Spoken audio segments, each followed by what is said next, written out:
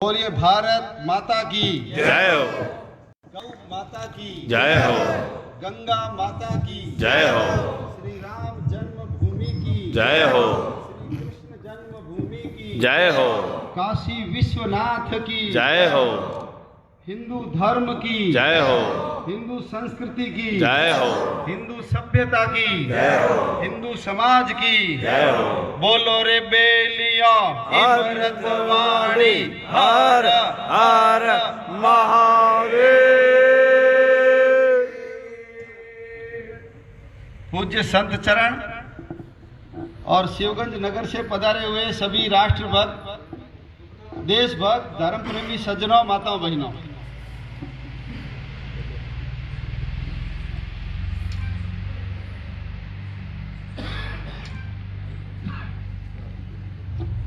ये राम जन्मभूमि की जो लड़ाई हमने जीती है, जिनकी उम्र 35 वर्ष हो गई है, उन लोगों को कुछ भी याद नहीं है।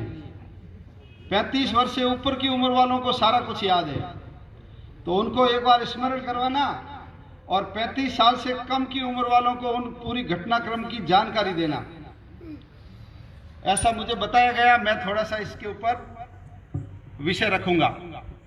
अपन सब जानते हैं कि इस धरती की उत्पत्ति आज से 1,58,85,176 साल पूर्व हुई। दुनिया में सभी समाज, सभी धर्मों से यदि प्राचीन धर्म यदि कोई है तो अपना ये हिंदू धर्म है।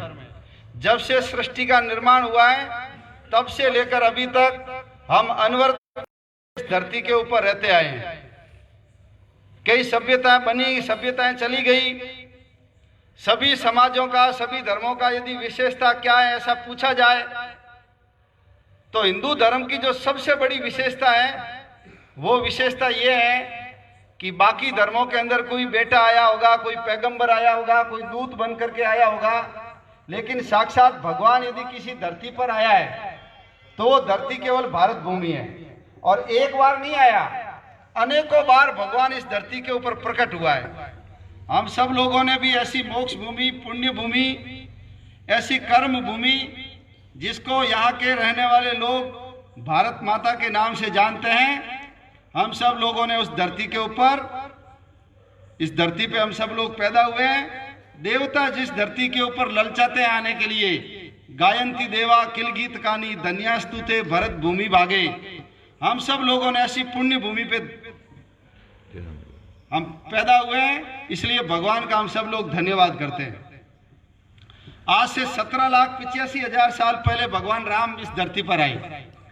जब इतनी लंबी काल गणना बोलते हैं तो अपने को कई बार लगता है कि शायद थोड़ा बहुत अतिशयोक्ति में गप्पे मार रहे हैं, लेकिन हमारी बात के ऊपर कोई विदेशी ठप्पा लगा देता है तो हमको विश्वास हो जाता है कि नहीं, हमारी बात सही है।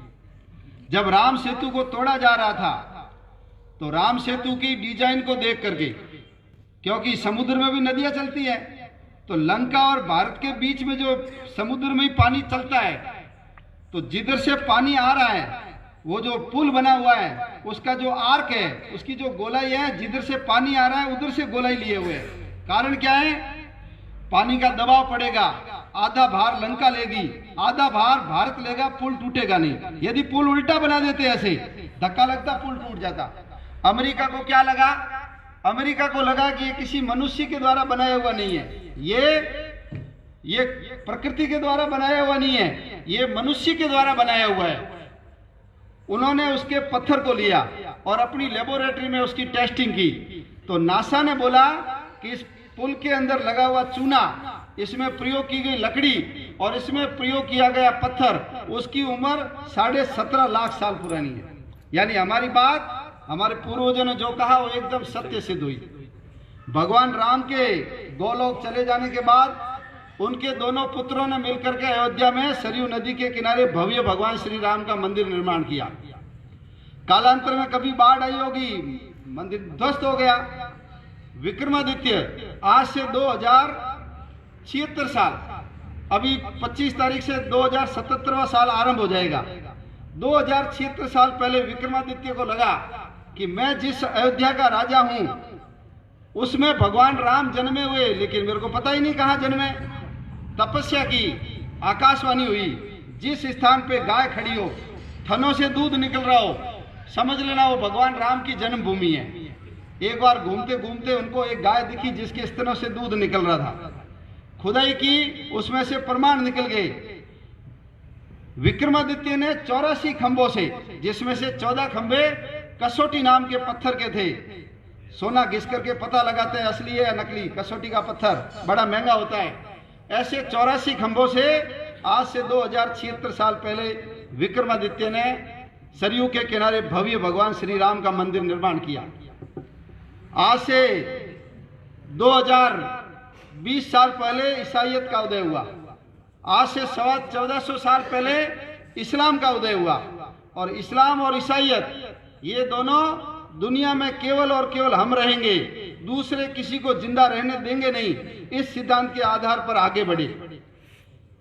ईसाईयत ने सेवा का चोला पहना, सेवा के माध्यम से घुसेंगे, धर्मांतरित करेंगे लोगों को। मदर टेरेसा थी, सेवा का चोला ओढ़ करके आई, सफेद वस्त्र, लेकिन मन के अंदर कपट था, कलुषित भावना थी। इसलिए हमारे आसाम, मेघालय, मणिपुर, त्रिपुरा पूरे के पूरे सातों राज्यों को उन्होंने धर्मांतरित करके ईसाई बना दिया। और इस्लाम तलवार लेकर के गया, एक हाथ में तलवार और दूसरे हाथ में कुरान। या तो स्वीकार कर लो मुस्लिम धर्म, और यदि नहीं स्वीकार करोगे मौत के घाट उतार देंगे। अनुलंबियों को क्या लालच दिया गया? यदि तुमको पैसा चाहिए भारत चलो लूट करके लाएंगे।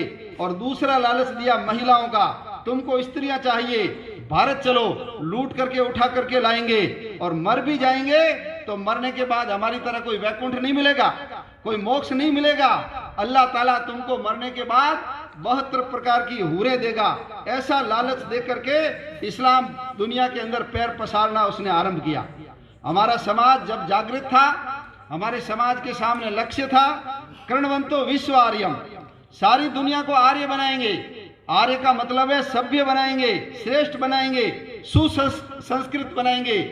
तब हमारे धर्म के डंके पूरी दुनिया के अंदर बजे। आज भी कहीं भी खुदाई होती है, हिंदू धर्म के अवशेष वहां निकलते हैं। लेकिन जैसे ही लक्ष्य ओझल हो गया, लक्ष्य हमारे आंखों से समाप्त हो गया, हम सिमटने आरंभ हो गए। और सिमटते सिमटते कोई समय था पूरी दुनिया के अंदर केवल हिंदू ही हिंदू था, आज सिमट करके केवल एक देश के अंदर आकर के समाहित हो गया। पूरी धरती हमारी थी, पूरी धरती के ऊपर अयोध्या से राज्य का संचालन हुआ करता था, चक्रवर्ती सम्राटों का शासन चला करता था। आज केवल भारत एक हिंदुओं का देश बचा है, 58 देश मुसलमानों के हो गए, 125 देश ईसाइयों के हो गए। लक्ष्य ओझल हो गया, हम सिमट गए और देवभक्ति बची, देशभक्ति समाप्त हो गई। मैं और मेरा परिवार, समाज जाए भाड़ में, धर्म जाए चूल्हे में, मेरा फायदा कैसे हो सकता है, इस स्वार्थपरता के कारण हमारे दुर्दिन आरंभ हुए। मुसलमानों ने 1000 साल तक भारत के ऊपर आक्रमण किया, हमने उनसे लड़ाइयां लड़ी। 200 साल तक ईसाइयों ने अंग्रेजों के रूप के अंदर इस भारत के ऊपर शासन किया। 1200 साल तक हम सब लोग लड़ते रहे। 1528 के अंदर बाबर नाम का एक आतताई सेना लेकर के भारत के अंदर प्रवेश करता है, फसलों को आग लगाता है, मंदिरों को तोड़ता है, महिलाओं से बलात्कार करता है, असंख्य लोगों को मारा, बहुत सारे लोगों का धर्मांतरण किया। और मस्जिद बनाने के लिए भारतवर्ष में बहुत जमीन थी, कहीं भी वो निर्माण कर सकता था, लेकिन हिंदू समाज का अपमान कैसे किया जा सकता है, ये सोच करके उसने अयोध्या में भगवान श्री राम का मंदिर ध्वस्त किया। कौन नहीं जानता मोहम्मद गजनी सोमनाथ का मंदिर तोड़ा, कौन नहीं जानता औरंगजेब जिसने हमारे काशी विश्वनाथ का मंदिर और मथुरा के अंदर भगवान श्री कृष्ण जन्मभूमि को तोड़ करके उसके ऊपर ऐसे ढांचे नुमे इस्लामिक प्रतीक बनाए। कारण हिंदू समाज को औकात दिखाना कि तुम्हारी औकात क्या है, आने वाली नस्लों को ये बताना कि तुम्हारी औकात क्या है, ऐसा दिखाने के लिए उन्होंने जानबूझ करके हमारे मंदिरों को उन्होंने ध्वस्त किया। बाबर ने भी मीर बाकी सेनापति तोपों के गोलों से 1,74,000 हिंदुओं के बलिदान देने के बाद उस ढांचे को, मंदिर को तोड़ करके उसके ऊपर वो ढांचा बना पाया। खून बह गया। 1,74,000 लोगों के बहे हुए खून से गारे का मसाला, मिट्टी गारे की तैयार करके उससे वो ढांचा बनाया गया। ऊपर लिखा गया जन्म स्थान मस्जिद, फरिश्तों के उतरने का स्थान, 1528। तब से लेकर के आज तक हमने कुल मिलाकर इस स्थान को मुक्त करवाने के लिए 76 लड़ाइयां लड़ी। बाबर के समय 4 लड़ाइयां लड़ी, उसके बाद हुमायूं आया, हुमायूं के समय 10 लड़ाइयां लड़ी, अकबर के समय 20 लड़ाइयां लड़ी, औरंगजेब के समय 30 लड़ाइयां लड़ी, अवध के नवाब सादत अली के समय 5 लड़ी, वाजिद अली के समय 3 लड़ी और अंग्रेजों के समय भी 3 लड़ाइयां लड़ी। ऐसे कुल मिलाकर के 76 लड़ाइयां हम सब लोगों ने लड़ी है। बीच बीच में अनेक लोगों ने उस स्थान को मुक्त कराने का प्रयास किया। गुरु गोविंद सिंह जी ने प्रयास किया, गुरु नानक देव जी जो बाबर के समय पैदा हुए थे, अभी हमने 550वां प्रकाशोत्सव हमने नानक देव जी का मनाया। नानक देव जी ने कहा था ये बाबर नहीं है, ये जाबर है। ये बाबर पाप की बारात लेकर के आया, ऐसा नानक देव जी ने बोला। और भगवान को कहा, इतने लोगों को मारा, इतने लोगों की हत्याएं की, फसल जला दी, महिलाओं का अपमान किया, हे परमात्मा तुझे भी दया नहीं आ रही है? तू क्या कर रहा है ऊपर बैठा बैठा? ऐसा नानक देव जी ने उस समय बताया। गुरु गोविंद सिंह जी के बाद बालाजी, मराठा बालाजी बाजीराव पेशवा, उन्होंने प्रयास किया। अकबर के समय जो टोडरमल और बीरबल, इन लोगों ने भी प्रयास किया, सफल तो नहीं हुए, लेकिन बाबर को बोल करके वहां राम चबूतरा जरूर बनाया, जिसके ऊपर उस समय से लेकर के अभी तक संकीर्तन लगातार चला आ रहा है। बहादुर शाह जफर जिस समय हुआ, अमीर अली एक राष्ट्रभक्त मुसलमान और बाबा रामचरण दास, उन दोनों ने बताया कि यह स्थान हिंदुओं को मिलना चाहिए। बहादुर शाह जफर ने कहा था अंग्रेजों को भगाएंगे, ये स्थान हिंदुओं को दे देंगे। 1857 की क्रांति विफल हो गई। इन दोनों को उस ढांचे के सामने ही अंग्रेजों ने फांसी के ऊपर चढ़ा दिया ताकि कोई भी दूसरा इसकी मांग नहीं कर सके। 1934 के अंदर अवध के लोगों ने उस स्थान को कब्जे में करने के लिए हमला किया, उसकी कुछ दीवारें तोड़ दी, नुकसान पहुंचाया।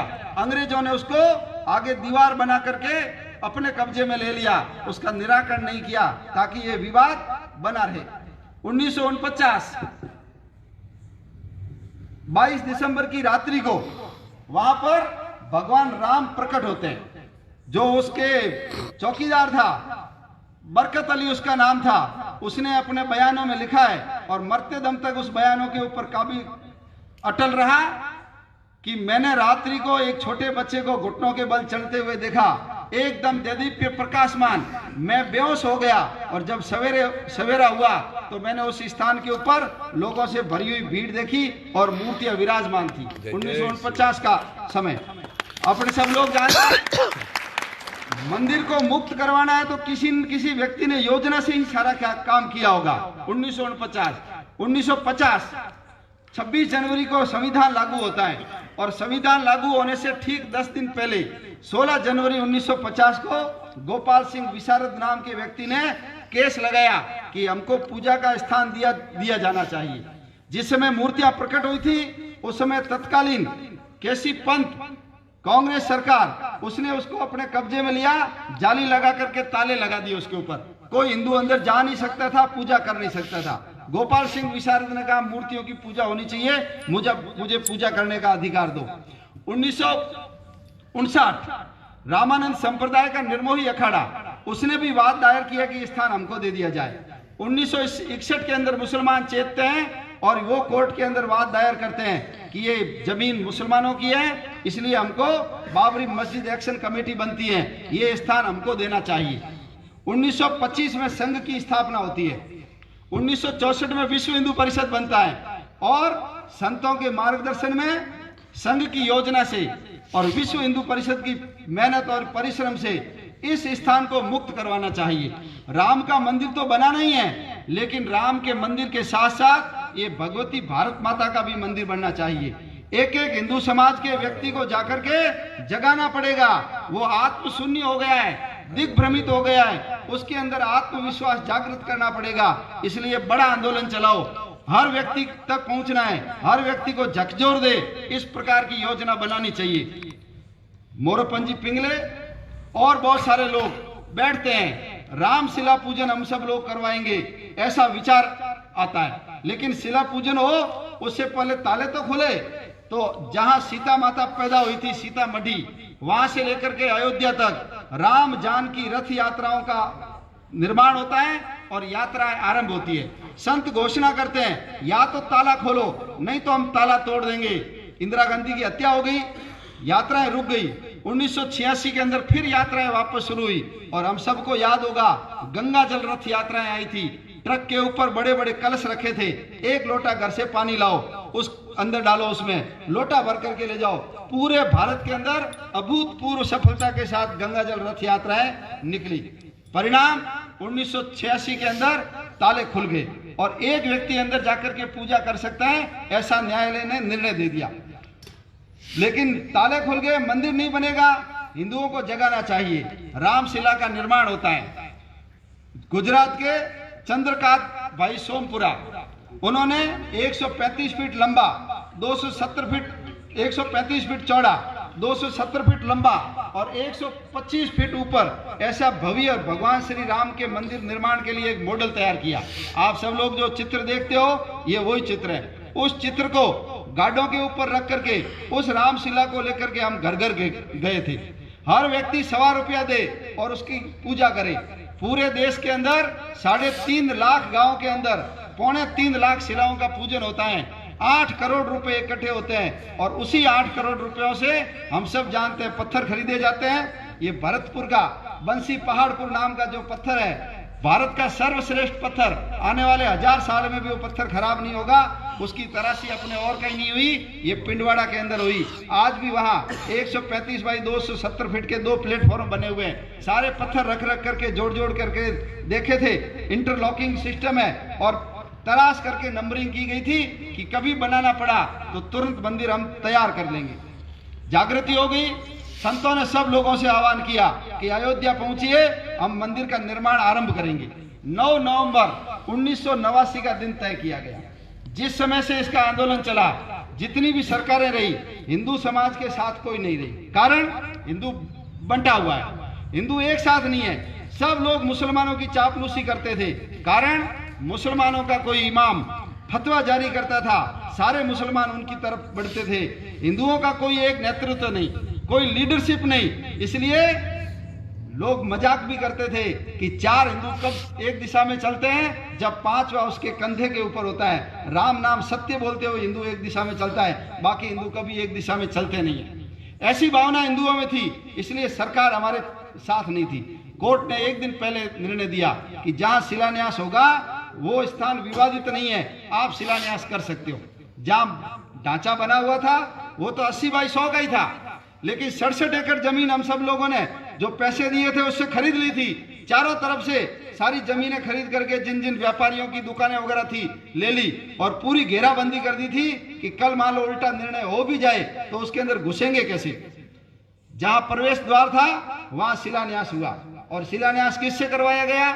शिलान्यास किसी शंकराचार्य से नहीं कराया, किसी मंडलेश्वर से नहीं कराया, किसी संत महात्मा से नहीं करवाया। हमारे समाज के जो वंचित भाई है, जिसको हम दलित बोलते हैं, आज की भाषा में जिसको हम SC और ST बोलते हैं, ऐसे कामेश्वर चौपाल जो बिहार के एक हरिजन थे, उन व्यक्ति से उसका शिलान्यास करवाया गया। अभी जो कमेटी बनी है उस कमेटी के अंदर ये व्यक्ति उसका मेंबर बना है। क्यों करवाया? क्योंकि आज भारतवर्ष में जो सबसे बड़ी समस्या है वो छुआछूत की समस्या है। पूजनीय बाला साहब जी देवरस ने कहा था कि यदि छुआछूत पाप नहीं है तो दुनिया में कुछ भी पाप नहीं है। छुआछूत भारत में आई कैसे? हमने कहा सर्वे भवन्तु सुखिनः, सर्वे सन्तु निरामया, सर्वे भद्राणि पश्यन्तु, मां कश्चित् दुख भाग भवेत्। धर्म की जय हो, अधर्म का नाश हो, प्राणियों में सद्भावना हो। कितनी बड़ी बात बोली है। प्राणियों में भी सद्भावना होनी चाहिए, कुत्ते बिल्ली में भी सद्भावना होनी चाहिए। और नारा किसके लगाया? विश्व का कल्याण हो। अनपढ़ दादी है लेकिन हर मंदिर के अंदर बोलो ये बात बोलती है कि नहीं बोलती है? तो जिस जाति के पास इतना बड़ा तत्व ज्ञान है, क्या उसको ये भी पता नहीं था कि हर इंसान के अंदर वही परमात्मा है? उसको पता था, लेकिन भारत में कभी छुआछूत नहीं थी, कभी अस्पृश्यता नहीं थी। अंबेडकर जी ने बोला 6ठी शताब्दी से पहले भारत के अंदर छुआछूत नहीं थी। अपवित्रता जरूर थी, अपवित्र